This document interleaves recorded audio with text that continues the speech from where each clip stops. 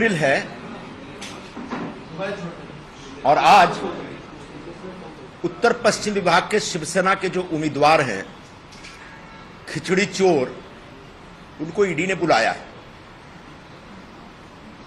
और ED interrogation के बाद क्या करेगी मुझे नहीं मालूम है, लेकिन निश्चित तौर पर खिचड़ी चोर के खिलाफ कार्रवाई होनी चाहिए और पूरे उत्तर पश्चिम जिला के मतदारों को पता चलना चाहिए कि उनका जो संभावित उम्मीदवार है वो कितना बड़ा चोर है, कितना बड़ा बेईमान है और कितना बड़ा दलाल है।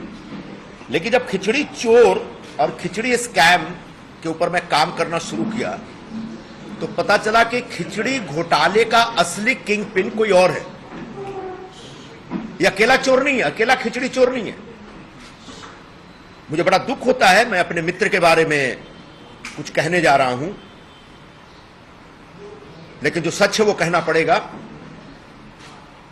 मुझे इस बात का भी दुख है कि राजकारण में कभी भी परिवार को नहीं घसीटना चाहिए, लेकिन जो पूरा घोटाला जिस तरीके से हुआ है उसमें मुझे अपने मित्र के परिवार के लोगों का जिक्र करना पड़ सकता है, पड़ रहा है। इसका मुझे सुख नहीं है, खुशी नहीं है, बल्कि दुख है।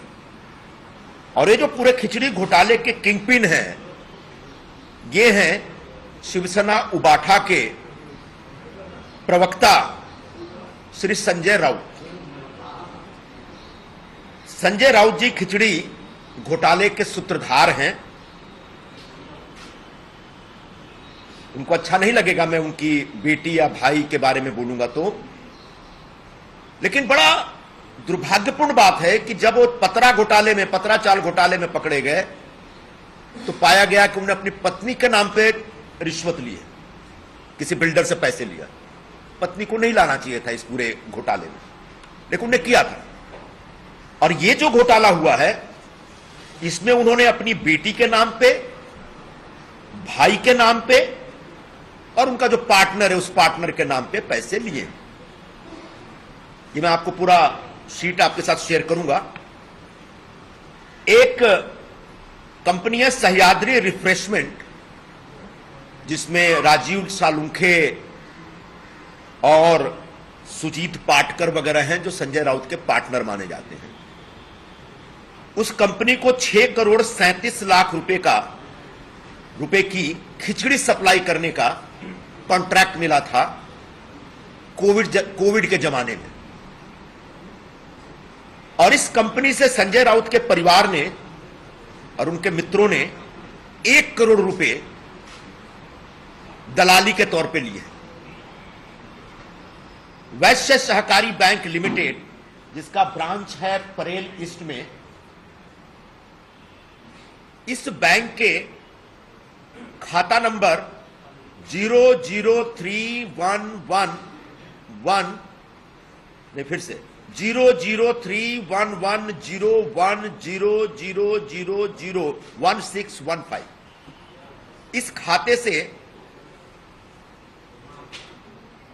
उनकी बेटी जो बेचारी बेगुनाह है, उनकी बेटी मेरी बेटी की तरह है, उसको पता भी नहीं होगा कि सह्याद्री रिफ्रेशमेंट क्या है।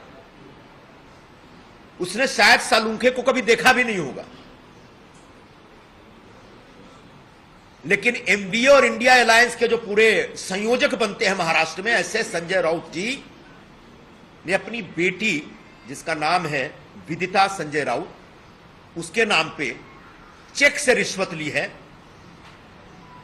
पहली रिश्वत है 29 मई 2020, यानी 2020 में 29 मई को 3,50,000 रुपए का पेमेंट आता है विदिता के अकाउंट में।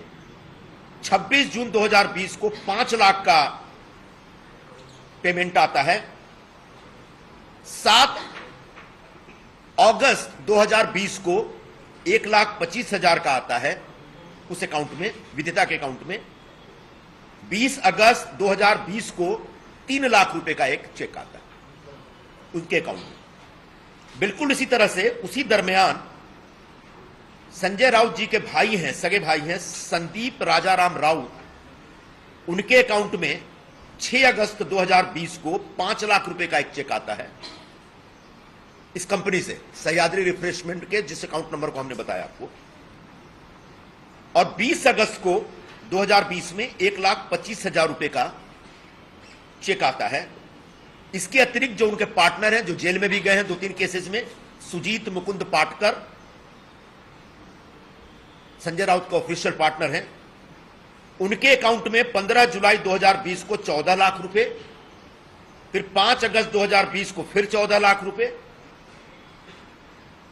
29 अक्टूबर 2020 को 10 लाख रुपए, 17 दिसंबर 2020 को 1,90,000 रुपए और 12 जनवरी 2021 को फिर से 1,90,000 रुपए आते हैं इनके अकाउंट में। ये जो सह्याद्री रिफ्रेशमेंट है, जो इसके बारे में जब जांच हुई तो पाया गया कि इनको 33 रुपए में 300 ग्राम खिचड़ी सप्लाई करने का, फ्री में सप्लाई करने का कॉन्ट्रैक्ट मिला। कोविड के जमाने में सबको पता है कि लोगों के काम धंधे बंद हो गए थे, सैलरी नहीं मिल रही थी, दुकानें बंद थी, हाहाकार मचा हुआ था। ऐसे गरीब लोग, कमजोर लोग, जो प्रपट्टियों में रहने वाले, चालियों में रहने वाले लोग, ऐसे लोगों को फ्री में भोजन सप्लाई करने का ये कॉन्ट्रैक्ट, ये काम, ये योजना बीएमसी ने शुरू की।